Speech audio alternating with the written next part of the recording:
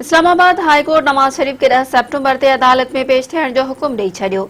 Justice Aamir Farooqui remarks ॾिना आहिनि त अञा नवाज शरीफ खे रूपोश करार नथा ॾियूं। नवाज शरीफ खे अदालत में पेश थियण जो हिकु मौक़ो ॾेई रहिया आहियूं, जंहिं बि हालत में आहे पेश थिए। ईंदड़ ॿुधणी ते नवाज शरीफ पेश न थियो त इश्तिहारी करार ॾियण जी कार्रवाई शुरू कई वेंदी। इस्लामाबाद हाई कोर्ट में अल अज़ीज़िया फ्लैगशिप ऐं एवन फील्ड रेफरेंस बाबति अपीलुनि ते ॿुधणी थी आहे। मरियम नवाज कैप्टन रिटायर्ड सफ़दर ऐं नवाज शरीफ जी टीम अदालत में पेश थी। अदालत नवाज शरीफ जे वकीलनि खां पुछाणो कयो त नवाज शरीफ किथे आहे। नवाज शरीफ खे मशरूत ऐं महदूद मुदत लाइ ज़मानत ॾिनी वई हुई। जस्टिस आमिर फारूक चयो त नवाज शरीफ ज़मानत जो मुदो पूरो थियण बावजूद वापसि नाहे आयो। चई सघिजे थो त नवाज शरीफ हाणे ज़मानत ते नाहे। अदालत हुरियनि जा दलील ॿुधण खां पोइ नवाज शरीफ खे ईंदड़ ॿुधणी ते पेश थियण जो हुकुम ॾेई छॾियो। जस्टिस आमिर फारूक चयो त अञा नवाज शरीफ खे रूपोश करार नथा ॾियूं।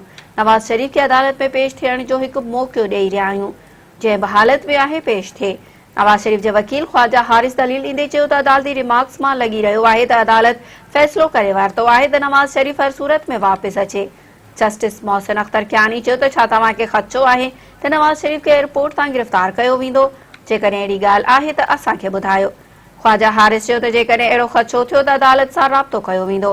अदालत चयो त नवाज शरीफ 10 सेप्टेम्बर ताईं अदालत में पेश थिए। नवाज शरीफ ईंदड़ ॿुधणी ते बि अदालत में पेश न थियो त पोइ खेसि इश्तिहारी करार ॾिनो वेंदो।